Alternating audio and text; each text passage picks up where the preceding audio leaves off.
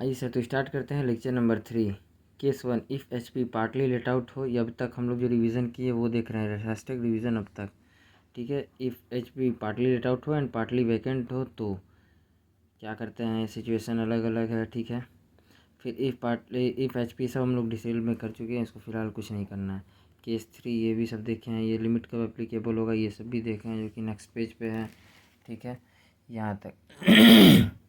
अब यहाँ से पॉइंट स्टार्ट होता है। सिंस एक असेसी के पास कितना एचपी सेल्फ ऑक्यूपाइड हो सकता है, ठीक है। अब यहाँ से सिंस एक assessee can claim 2 house property को सेल्फ ऑक्यूपाइड हाउस प्रॉपर्टी कह सकता है, ठीक है। अब जैसे मान लो एग्जांपल, मिस्टर जे के पास 3 घर है, हाउस ए, हाउस बी, हाउस सी। सेल्फ ऑक्यूपाई है house A, house be parents of mister J का पेरेंट्स रहता है, हाउस सी मिस्टर जे का भाई और उसका फैमिली रहता है, ठीक है। हाउस ए में मिस्टर जे अपना वाइफ के साथ रहते हैं, ठीक है।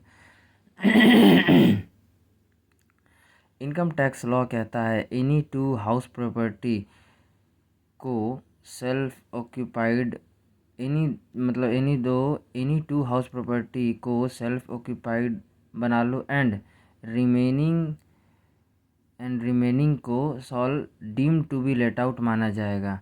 गवर्नमेंट मान लेगी कि एक घर रेंट पे है, ठीक है। तुम जो भी मिस्टर जे डिक्लेयर कर देगा इस तीनों घर में से, ठीक है, उसको ही गवर्नमेंट मानेगा। यहाँ गवर्नमेंट कोई इंटरफेयर नहीं करेगा। A B C any one को लेट आउट बनाना पड़ेगा मिस्टर जे को ही। उसको देखना होगा किसमें इनकम टैक्स कम पे करना पड़ रहा है, उसी वाले वो कॉम्बिनेशन को चूज़ करेगा। ये हम लोग सर भी आगे देखेंगे। अब कुछ नोट्स हैं।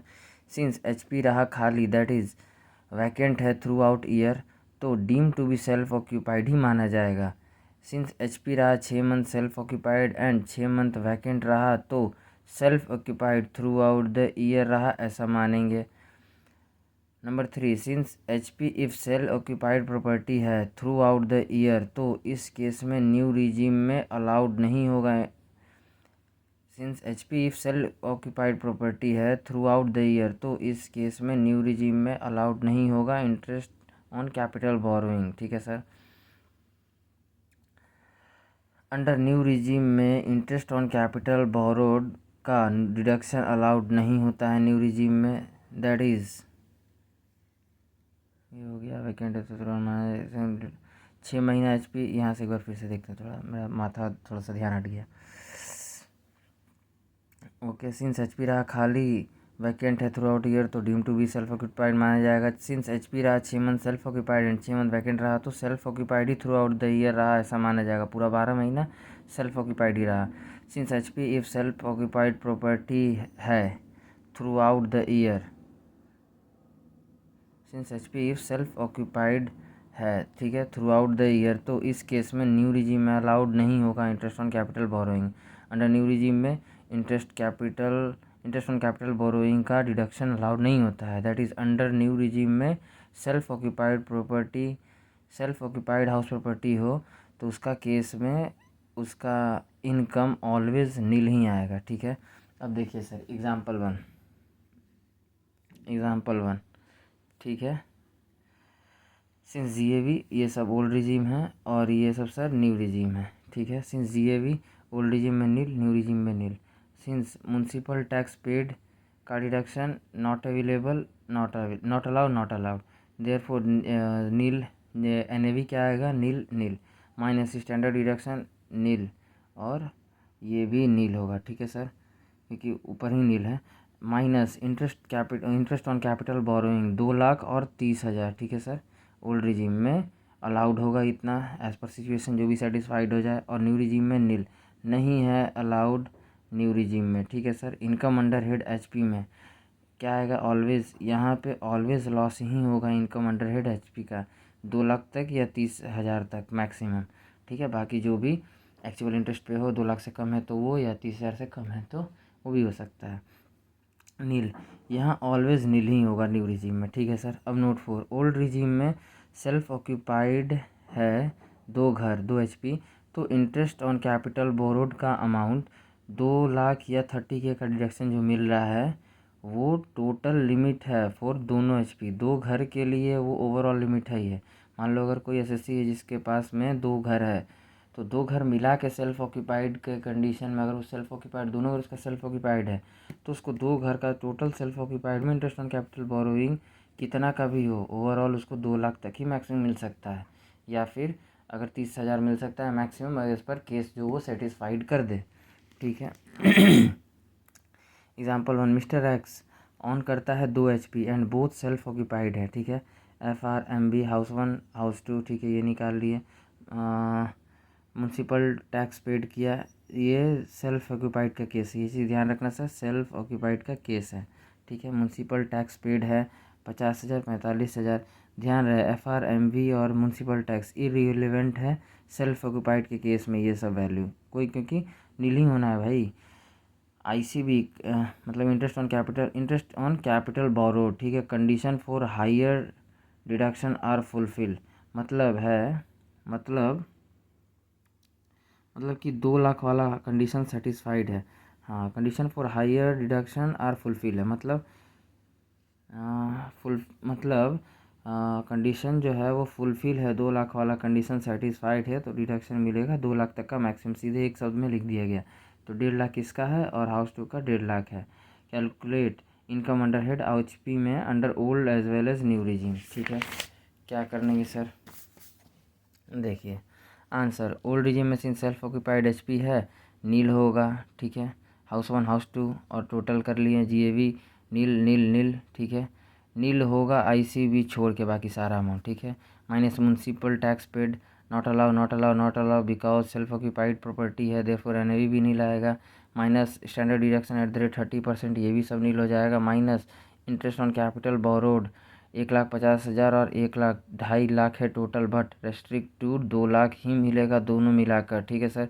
Therefore income under head HP loss आएगा ऑलवेज यहाँ पे 2 लाख का। ठीक है सर। न्यू रिजीम में सिंस सेल्फ ऑक्यूपाइड HP है, देयरफॉर नील होगा सब कुछ पूरा, हाउस 1 हाउस 2 और total GAV minus municipal tax not allowed, GAV nil, NAV nil, standard deduction nil, ICB not allowed होता है न्यू रिजीम में, वो भी खत्म, therefore income under head house property वो भी नील। ठीक है।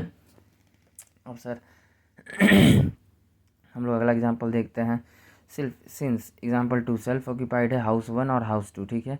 इंटरेस्ट ऑन कैपिटल बोरोड 2,10,000 पे किया हाउस 1 पे, लोन फॉर कंस्ट्रक्शन के लिए लिए हैं, और हाउस 2 में इंटरेस्ट ऑन कैपिटल बोरोइंग है 60,000, लोन फॉर रिपेयर के लिए है, देयरफॉर इसमें से मैक्सिमम 30 के ही अलाउड होगा। ठीक है सर। ओके। हाउस 1 में अब देखो यहाँ पे 2 लाख वाला लिमिट 2 लाख वाला लिमिट 2 लाख वाला लिमिट लोन जो कंस्ट्रक्शन या परचेज के लिए है, वो लोन का अमाउंट पे अलाउड होता है ओनली। ठीक है सर। यहाँ पे ये सिर्फ रिपेयर के लिए है, तो ये इसी वजह से इसमें 30,000 ही ओवरऑल मिल सकता है। अब देखो हाउस 1 में एक्चुअल इंटरेस्ट है 2,10,000 का, मैक्सिमम इंटरेस्ट है 2 लाख का। ठीक है सर। तो इसमें सर क्या होगा, which are is lower, that is 2 lakh आ जाएगा। हाउस 2 में एक्चुअल इंटरेस्ट पे किया हुआ है सर 60,000, बट मैक्सिमम इंटरेस्ट यहाँ 30,000 ही अलाउड होगा, बिकॉज रिपेयर के लिए लोन लिया है तो 30,000। ठीक है। अब ये देयरफॉर टोटल इंटरेस्ट क्या on capital borrowed for self occupied property का केस में है 2,30,000 हुआ टोटल, बट रेस्ट्रिक्टेड टू 2 लाख तक ही मिलेगा ओनली। ठीक है सर। ये यहाँ पे लिख के ख़त्म कर दिए। अब आते हैं सर हम लोग केस नंबर D पे, जिसका भी थोड़ा सा चर्चा हम लोग आगे देखे थे। यहाँ पे चर्चा देखे थे कि 3 हाउस है, एक को मतलब 2 को सेल्फ ऑक्यूपाई बताना होगा और एक को आपको डिक्लेयर करना होगा सर खुद से कि वो deem to be let out है। ठीक है। 2 से ज़्यादा घर आप नहीं रख सकते हैं, सेल्फ ऑक्यूपाइड बस 2 ही घर दिखा सकते हैं। ठीक है सर। ओके। अब आते हैं हम लोग केस D पे। ठीक है। If more than 2 HP self occupied हो SEC के पास, तो वो केस यहाँ आएगा। ठीक है। Number 1, any 2 HP considered as self occupied, कोई भी 2 को मान लेना जिसमें टैक्स ज़्यादा जा रहा हो, ताकि ज़्यादा ना जाए। ठीक है। सेल्फ ऑक्यूपाइड में कम हो जाएगा। रिमेनिंग HP जितना भी बचेगा deem to be let out माना जाएगा। ठीक है। जिसमें टैक्स कम लग रहा हो वो उसको डिक्लेयर कर देना deem to be let out, since GAV is equals to ER माना जाएगा। ठीक है। दैट इज़ ज़बरदस्ती, सिंस बिकॉज ER नील है यहाँ पे, क्योंकि वो deem to be let out है, ज़बरदस्ती माना जा रहा है कि वो लेट आउट है। तो deem to be let out के केस में एक्चुअल रेंट तो कुछ रिसीव होगा नहीं, तो इसी वजह से बिकॉज एक्चुअल रेंट जो है वो नील है यहाँ पे, ठीक है। देयरफॉर एचपी को deem to be let out माना जाएगा, ठीक है सर। अब देखिए, और number 2, interest on capital borrowing amount पे no restriction, that is 100% of interest on capital borrowed allowed होगा, ठीक है, as deduction under deemed let out HP, under deemed let out house property का केस हो तो, ठीक है सर। ओके, दो से ज़्यादा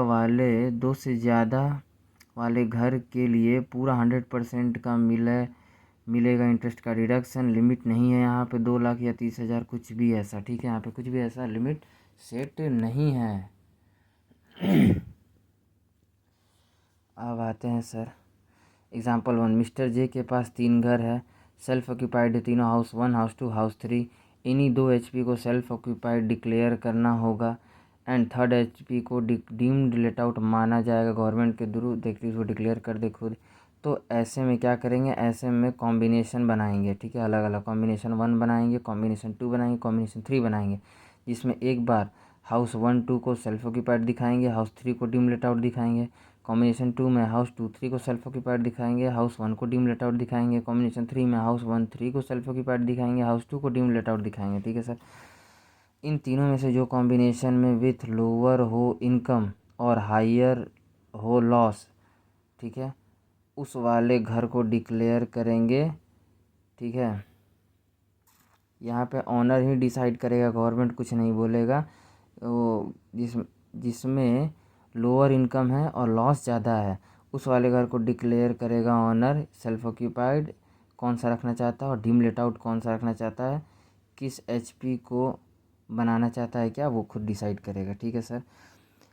हर साल कॉम्बिनेशन चेंज कर सकते हैं, यस। और ये हायर और लॉस शुड बी एक्सेप्टेड है इनकम टैक्स एक्ट में, इसमें कोई दिक्कत नहीं है, गवर्नमेंट कुछ नहीं बोलेगा यहाँ पे, जो भी आपको अच्छा लगे आप करो। कितना कॉम्बिनेशन बनाना होगा इस डिपेंड करता है घर कितना है। 10 एचपी है तो 10 कॉम्बिनेशन, 5 एचपी है तो 5 कॉम्बिनेशन, इसी तरह 3 एचपी है तो फिलहाल बस 3 ही। और इसी अंडर में सर 3 एचपी है तो 3 एचपी का ही केस पूछता है, ठीक है। ओके, अब सर आते हैं हम लोग, ये समझ गए, अब आते हैं इलस्ट्रेशन में, ठीक है सर। ऑल स्टेप 1 यहाँ पे पहले लेते हैं कि ऑल हाउसेस को सेल्फ ऑक्यूपाइड मान रहे हैं, ठीक है। तो क्या होगा सिचुएशन, ओल्ड रिजीम से पहले सॉल्व कर रहे हैं, ठीक है, सेल्फ ऑक्यूपाइड का केस है, ठीक है। यहाँ देखो साइड कुछ लिखा है, स्टेप 1 ओनली सेल्फ ऑक्यूपाइड के केस में ओल्ड और न्यू रिजीम वाला बात है, बाकी डीम्ड लेट आउट का केस में या फिर लेट आउट का केस में ऐसा कुछ नहीं है, न्यू ओल्ड रिजीम कुछ नहीं है। देयरफॉर बस सेल्फ ऑक्यूपाई में न्यू और ओल्ड रिजीम का कैलकुलेशन दिखाना होगा, ठीक है सर। ओके, अगर ऑल हाउसेस को पहले सेल्फ ऑक्यूपाइड मान रहे हैं ओल्ड रिजीम से तो क्या होगा, house 1 house 2 house 3 since GAV nil nil nil minus municipal tax by on paid by owner not allowed not allowed not allowed, self occupied का केस है। Since NAV nil nil nil minus standard deduction at the rate 30% of NAV nil nil nil minus ICB interest on capital borrowed allowed होगा only 3,20,000, 2,90,000 और 1,90,000, ठीक है sir, ठीक है। तो new regime है इस वजह से अलाउ होगा, तो 2 लाख अलाउ होगा, वो चीज़ रिस्ट्रिक्शन पीछे दिखाएंगे, ठीक है। तो सिंस लॉस हुआ एचपी में 3,20,000 का, 2,90,000 का, 1,90,000 का, अभी ऐसे ही लिख देना होगा। एंड में रिस्ट्रिक्शन करना है 2 लाख तक का, जब एक एक करके हाउस को यूज़ करेंगे 1 बाई 1, तो ठीक है। अब सिंस ऑल हाउस प्रॉपर्टी को अगर सेल्फ ऑक्यूपाइड माने और न्यू रिजीम से सॉल्व किए तो house 1 house 2 house 3 since income under head house property में house 1 house 2 house 3 nil nil nil हो जाएगा। स्टेप 2 ऑल हाउसेस को deem to be let out मान रहे हैं तो क्या होगा, अगर deem to be let out मान रहे हैं तो यहाँ पे फिर सिचुएशन चेंज हो जाएगा। Since GAV is ER expected rent बनेगा, ठीक है। हाउस 1 का ये है, ये क्वेश्चन से ला रहे हैं, विच एवर इज़ हाइयर, वो पूरा जीएवी वाला फार्मूला से सॉल्व करके, ठीक है, कैलकुलेशन और जीएवी। हाउस 2 से भी वैसे ही आएगा, हाउस 3 का भी वैसे ही आएगा।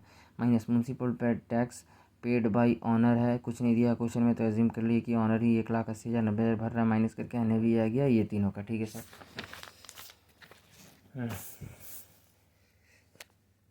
अब देखिए minus standard deduction at the rate 30% of NAV, standard deduction तीनों का ले लिए, ठीक है, वो माइनस कर देंगे। Minus interest on capital, interest on capital of borrow, ठीक है, अलाउड होगा ओल्ड रिजीम में 3,20,000, 3,20,000 अलाउड होगा ओल्ड रिजीम में। सिंस ऐसा ही अमाउंट लिखना होगा, बाद में 2 लाख तक रेस्ट्रिक्ट करना होगा ओनली सेल्फ ऑक्यूपाइड HP के केस में, ध्यान रहे सेल्फ ऑक्यूपाइड HP के केस में। बट यहाँ ठीक है, ये सर फिलहाल डीम्ड लेट आउट का केस है। देखो ये जो यहाँ लिखा है, ये house deemed to be let out का केस है, ठीक है, जब सारे घर को डीम लेट आउट बना रहे हैं तब। But deem let out HP होगा तो पूरा 100% का डिडक्शन मिलेगा, कोई भी रेस्ट्रिक्शन नहीं है यहाँ पे, चाहे वो ओल्ड रिजीम हो चाहे न्यू रिजीम हो, दोनों में ये सर फुल्ली मिलता है। आप यहाँ पे देख सकते हैं, देखो deem to be let out में फुल्ली अलाउड होगा ओल्ड रिजीम में भी और न्यू रिजीम में भी फुल्ली अलाउड होगा, ठीक है सर। तो यही बात है, interest on capital of borrowed in allowed in old and new regime, दोनों में, ओल्ड और न्यू रिजीम दोनों में, ठीक है सर। 3,20,000 पूरा मिलेगा, 100% मिलता है डीम लेट आउट के केस में। Therefore income under head HP आ जाएगा, कोई चेंजिंग नहीं होगा यहाँ पे, ओल्ड हो चाहे न्यू हो, कुछ भी यहाँ पे चेंजिंग नहीं होगा। चेंजिंग कहाँ होगा अभी समझाएंगे। 3,96,800 आ गया, 4,94,000 आ गया, 5,45,000 आ गया। अब स्टेप 3 कॉम्बिनेशन चेक कर लो, ओल्ड रिजीम से पहले चेक किए बिकॉज सेल्फ ऑक्यूपाइड का केस है, इस वजह से यहाँ ओल्ड रिजीम का बात आ गया, ठीक है sir. Combination 1 house 1 self occupied माने लॉस हुआ, लॉस है 3,20,000 का, रेस्ट्रिक्टेड टू 2 लाख तक। हाउस 2 को सेल्फ ऑक्यूपाइड माने 2,90,000 का लॉस है, रेस्ट्रिक्ट किए 2 लाख तक, 2 लाख से इन टोटल लॉस है 4 लाख का, but it restricted to 2 lakh तक ही, तो 2 लाख लिख के माइनस कर दिए, ठीक है सर, ओके। अब हाउस 3 डीम लेट आउट अगर मानते हैं तो इनकम है वहाँ पे कितना सर, 5,45,000 का, वो लिखिए। और therefore income under head HP set of करके आ गया 5,45,000 माइनस 2 लाख आ गया, 3,45,000 आया, ठीक है सर। कॉम्बिनेशन 2 हाउस 2 को, हाउस 2 को सेल्फ ऑक्यूपाइड माने, ठीक है सर। हाउस 2 में क्या है सर, हाउस 2 में क्या है, सेल्फ ऑक्यूपाइड माने, हाँ कॉम्बिनेशन 2 में क्या है, हाउस 2, कॉम्बिनेशन 2, कॉम्बिनेशन 2 में क्या है सर, हाउस 2 को सेल्फ ऑक्यूपाइड मान रहे हैं और हाउस 3 को सेल्फ ऑक्यूपाइड मान रहे हैं, ठीक है सर, और हाउस 1 को deem to be let out मान रहे हैं, ठीक है सर, ओके। कॉम्बिनेशन 2 हाउस 2 को सेल्फ ऑक्यूपाइड माने तो लॉस है वहाँ पे 2,90,000 का, ठीक है सर, रिस्ट्रिक्टेड टू 2 लाख तक कर दिया। हाउस 3 को सेल्फ ऑक्यूपाइड माने 1,90,000 का लॉस है, तो 1,90,000 पूरा लिख दिया, सिंस टोटल लॉस 3,90,000 का, but it restricted to 2 lakh तक, तो 2 लाख तक कर दिए, ठीक है। हाउस 1 डीम लेट आउट मान रहे हैं तो इनकम है वहाँ पे 3,96,800 का, वो लिख दिए, और इसमें से 2 लाख इनसे, therefore income under head HP set of कर दिए, इसमें से 2 लाख को माइनस कर दिए, 1,96,800 आ गया, ठीक है। कॉम्बिनेशन 3 हाउस 1 सेल्फ ऑक्यूपाइड माने वहाँ पे लॉस है 3,90,000 का, रेस्ट्रिक्टेड टू 2 लाख कर दिए। हाउस 3 सेल्फ ऑक्यूपाइड माने 1,90,000 का लॉस है, 1,90,000 लिख दिया, सिंस टोटल लॉस है 3,90,000 का, but it restricted to 2 lakh तक ही मिलेगा मैक्सिमम, 2 लाख लिख दिया। हाउस 2 को जब डीम लेट आउट मान रहे हैं तो इनकम है वहाँ पर 4,94,000 का, इसको उठा के सर यहाँ लिख दिए 4,94,000, इसमें से 2 लाख माइनस कर दिए, therefore income under head HP set of करके आ गया सर 2,94,000, ठीक है। इसी 494 माइनस 2 लाख कर दिए, आ गया। Step 4 conclusion since assessee should opt कर ले कॉम्बिनेशन 2 को, दैट इज़ हाउस 2 एंड 3 को बना दे सेल्फ ऑक्यूपाइड एंड हाउस 1 को बना दे deem to be let out, therefore income under head HP सॉल्व भी 1,96,000, combination 2 income under head HP 1,96,800, और इसके ऊपर इसको टैक्स कम देना पड़ेगा if you opt old regime, ठीक है सर। अब कॉम्बिनेशन चेक करेंगे न्यू रिजीम से, यहाँ पे देखो अंतर होगा, कहाँ अंतर होगा देखते रहना सर। कॉम्बिनेशन बनाओ स्टेप 3 डायरेक्ट यहीं पे बता दिए सर, ठीक है। कॉम्बिनेशन 1 हाउस 1 और 2 को सेल्फ ऑक्यूपाइड माने, हाउस 3 को डीम लेट आउट मान रहे हैं, इनकम है वहाँ पर, देखो हाउस 1 एंड 2 को सेल्फ ऑक्यूपाइड माने तो यहाँ नील हो गया, यहाँ देखो कॉम्बिनेशन 1 हाउस 1 को और 2 को जब मान रहे हैं तो यहाँ पे 4 लाख का लॉस है, ठीक है, और ये लॉस एडजस्ट हो रहा है 5,45 में से, इसी वजह से वो आ जा रहा है 3,45, और यहाँ पे हाउस 3 को जब डीम लेट आउट मान रहे हैं तो इनकम वहाँ पे सेम रह रहा है 5,45,000, बिकॉज यहाँ पे न्यू और ओल्ड दोनों में ये चीज़ अलाउड होता है डिम लेट आउट के केस में, तो ये तो वहीं आ गया। और therefore income under head HP minus करने से 5,45,000 आ जा रहा है इनकम, ठीक है सर। अब इसी तरह कॉम्बिनेशन 2 देखोगे, हाउस 2 एंड 3 को सेल्फ ऑक्यूपाइड मान रहे हो तो नील आ जाएगा इनकम। हाउस 1 को डिम लेट आउट बनाओगे तो इनकम है वहाँ पे 3,96,800 का, therefore income under head HP में आ जाएगा 3,96,800 होगा। कॉम्बिनेशन 3 हाउस 1 एंड 3 को सेल्फ ऑक्यूपाइड मान रहे हैं तो नील हो जाएगा। हाउस 2 को जब डिम लेट आउट बनाओगे तो इनकम है वहाँ पे 4,94,000 का, therefore income under head HP आ जाएगा 4,94,000 होगा, ठीक है। Combination step 4, since assessee should opt कर ले कॉम्बिनेशन 2 को, इनकम अंडर हेड HP 3,96,800 ही शो हो रहा है अगर वो ऑप्ट करना चाहता है न्यू रिजीम को तो, ठीक है सर। अब एक छोटा सा नोट है जो कि बहुत इंपॉर्टेंट है, analysis of interest on capital borrowing, ठीक है। इंटरेस्ट ऑन कैपिटल बोरोइंग के केस में HP अगर यहाँ हो सेल्फ ऑक्यूपाइड या लेट आउट हो या deem to be let out हो, ठीक है, तो अलग अलग तीनों केसेस में क्या होगा, ओल्ड रिजीम में कितना डिडक्शन अलाउड होगा, न्यू रिजीम में इंटरेस्ट ऑन ICB का क्या हिसाब होगा, वो चीज़ बताया जा रहा है। देखो नंबर 1, सेल्फ ऑक्यूपाइड अगर HP है तो ओल्ड रिजीम में 2 लाख या 3 लाख तक का मैक्सिमम डिडक्शन मिलेगा, सॉरी 2 लाख या 30,000 तक का मैक्सिमम डिडक्शन मिलेगा एज़ पर केस जो भी आप सेटिस्फाइड कर देते हैं, ठीक है। और न्यू रिजीम में नॉट अलाउड होगा डिडक्शन इंटरेस्ट का, ठीक है, सेल्फ ऑक्यूपाइड का केस है। बाकी लेट आउट है HP या डीम लेट आउट है HP तो ओल्ड रिजीम लो या न्यू रिजीम लो, दोनों में ही फुल्ली जितना भी अमाउंट पे किए होगे इंटरेस्ट का वो सब का सर आपको फुल्ली अलाउड हो जाएगा, फुल्ली अलाउड हो जाएगा, यहाँ भी फुल्ली अलाउड हो जाएगा, यहाँ भी फुल्ली अलाउड हो जाएगा डिडक्शन, ठीक है, इंटरेस्ट का। तो बाकी में लफड़ा ही नहीं है, सिर्फ और सिर्फ सेल्फ ऑक्यूपाइड में लफड़ा है। ओल्ड में 2 लाख और 30,000 तक है, न्यू रिजीम में NA है, नॉट अवेलेबल, होगा ही नहीं, दिया ही नहीं जाएगा, ठीक है सर। अब देखो केस डी यहाँ ओवर हो गया, यहाँ पे सर इस पार्ट तक पे केस डी ये जो हम लोग बना रहे थे कॉम्बिनेशन ये सब केस डी ख़त्म हो गया। अब ट्रीटमेंट ऑफ अनरियलाइज रेंट का केस में क्या करेंगे, सिंस आप टेनेंट से रेंट रिकवर नहीं कर पाएँ, दैट इज़ रेंट बैड डेप्ट हो गया, अब ऐसे भी समझ सकते हैं, ठीक है। यहाँ देखो केस 1 ही है, लेट आउट है कुछ मंथ का एंड वैकेंसी है कुछ मंथ, ठीक है। इसमें जब अनरियलाइज रेंट का कॉन्सेप्ट ऐड हो जाए तो देखें 11 एग्जांपल नंबर 11 और 2 कैसा होता है, ठीक है। अब देखो एग्जांपल नंबर 11 है CW बुक का, लेट आउट है 10 मंथ के लिए, ठीक है, 12 माइनस 2 तो 10 महीना लेट आउट रहा, वैकेंट है 2 महीने के लिए, ठीक है। एक्सपेक्टेड रेंट है 12 महीना का 2,40,000, एक्चुअल रेंट है that is let out period का 30,000 इंटू 10 मंथ, यहाँ पहले 10 मंथ ही लेंगे, ठीक है, 3 लाख हो गया, माइनस अनरियलाइज रेंट कर देंगे जो कि एक मंथ का नहीं ले पाया, ठीक है सर। तो अनरियलाइज रेंट क्वेश्चन में दिया हुआ है, एक मंथ अनरियलाइज रेंट है, अलाउड होगा 30,000 माइनस कर दिए 2,70,000 आ गया। Since GAV is higher of ER और AR तो हाइयर है ही तो 2,70,000 बन जाएगा, ठीक है सर। वही चीज़ है, वहाँ का देखो याद करो जो लेट आउट वाला केस था वहाँ पे वैकेंसी वाला, तो ये वैकेंसी के कारण नहीं है, तो यहाँ सिंपल जो जनरल रूल है GAV हाइयर ही लेते हैं, ER कम है AR ज़्यादा था तो AR ले लिया, ठीक है सर, वैसा ही है। अब एग्जांपल 12 देखते हैं CW बुक का, लेट आउट है 10 मंथ रहा, वैकेंट 2 मंथ रहा, ER 12 मंथ का दिया हुआ 2,40,000, एक्चुअल रेंट 30,000 इंटू यहाँ पहले 10 मंथ ले लेंगे 30,000 इंटू 10 महीना 3 लाख हो गया, माइनस अनरियलाइज रेंट है 30,000 इंटू 3 महीना, ये भी अलाउ होगा 30,000 90,000 माइनस कर दी 2,10,000 हो गया। अब देखो क्या होता है, ऐसा भी कर सकते हैं 30 के इंटू 2 महीना, ठीक है, 30 के इंटू 12 30 के इंटू 12 मंथ 30 के इंटू छोड़ इसको 2,10,000 ले लेंगे और 30 के इंटू 2 मंथ कर देंगे, वो भी ऐड कर सकते हैं, यहाँ पे वो चीज़ बताया जा रहा है 2,70,000 हो जाता है। सिंस इफ़ वैकेंसी नहीं होता देन AR कितना होता 2,70,000 सीधे ऐसा समझो, ठीक है, दैट इज़ ER से AR ज़्यादा AR कम है और ER ज़्यादा है ड्यू टू वैकेंसी के वजह से ही 2,70,000 होता है। देखो ER 2,40,000 है और अगर वैकेंसी नहीं होता तो AR 2,70,000 होता है सर, ठीक है।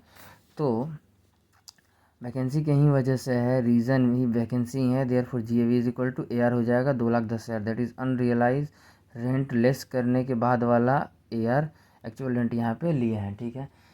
अब यहाँ इन रियल लाइफ का एक केस है सर, जो कि हम लोग नेक्स्ट लेक्चर में देखेंगे। देखो, as per in real life में क्या होता है, मतलब प्रैक्टिस के टाइम में as per income tax return में प्रैक्टिस ऐसे में ऐसा होता है, वो ऑटोमेटिक सब सेट रहता है वहाँ। That is unrealise rent deduct कर सकते हैं फ्रॉम जीएवी में से करते हैं, ठीक है। इसको आईसीआई कहता है, सेकंड अल्टरनेट ऑप्शन में दिखा देता है अपना आंसर में। और आईसीआई अपना मॉड्यूल में क्या करता है, मेन सॉल्यूशन में एक्चुअल रेंट में से अनरियलाइज रेंट को लेस करता है, ठीक है। अल्टरनेटिव आंसर में जीएवी में से अनरियलाइज रेंट को लेस करके दिखा देता है। इसके बारे में सर हम लोग अगले क्लास में बात करेंगे, ठीक है। अब बात यहाँ आया कि सर AR जो है 2,70,000 कैसे आ रहा है। सिंपल सा चीज़ है, अगर 30,000 को इंटू 11 महीना करोगे तो क्या आएगा, 2,70,000 ही, सॉरी 30,000 को इंटू 9 से करोगे तो क्या आएगा, 2,70,000 ही आएगा ना। देखो 30,000 इंटू 10 महीना किया तो इतना एक्चुअल रेंट होना चाहिए था, अनरियलाइज रेंट 3 महीने माइनस कर दिया तो ये, बट वैकेंसी तो सिर्फ 2 ही मंथ था ना, ठीक है, और 1 मंथ का अनरियलाइज रेंट है। तो यहाँ पे हम लोग कर सकते थे, वैकेंसी नहीं होता तो 2,70,000 रेंट आता, 2,10,000 तो एक्चुअल रिसीव हुआ और 2 महीना ऐड हो गया, 30,000 इंटू 2, 30,000 इंटू 2 सिर्फ एक ही महीना का अनरियलाइज रेंट है, तो 2 महीना तो और मिला होता ना, तो वो ऐड कर दिया जा रहा है, ठीक है सर। तो 2,10,000 में उसको ऐड कर दिया डायरेक्ट। तो वही चीज़ यहाँ पे दिखाया है कि 2,10,000 को ऐसे भी कर सकते हैं, लेकिन आप चाहें तो डायरेक्ट भी 2,70,000 ला सकते हैं। 30,000 इंटू 9 करोगे डायरेक्ट आ जाएगा, तो क्या जरूरत है इतना लफड़ा लेने का, ठीक है सर। ओके, तो मिलते हैं अगले क्लास में। तब तक के लिए होमवर्क है यहाँ पे आईसीआई का इलस्ट्रेशन क्वेश्चन नंबर 8 और CW बुक का इलस्ट्रेशन नंबर 8, 2 क्वेश्चन यहाँ पे दिया हुआ होमवर्क। Okay, thank you.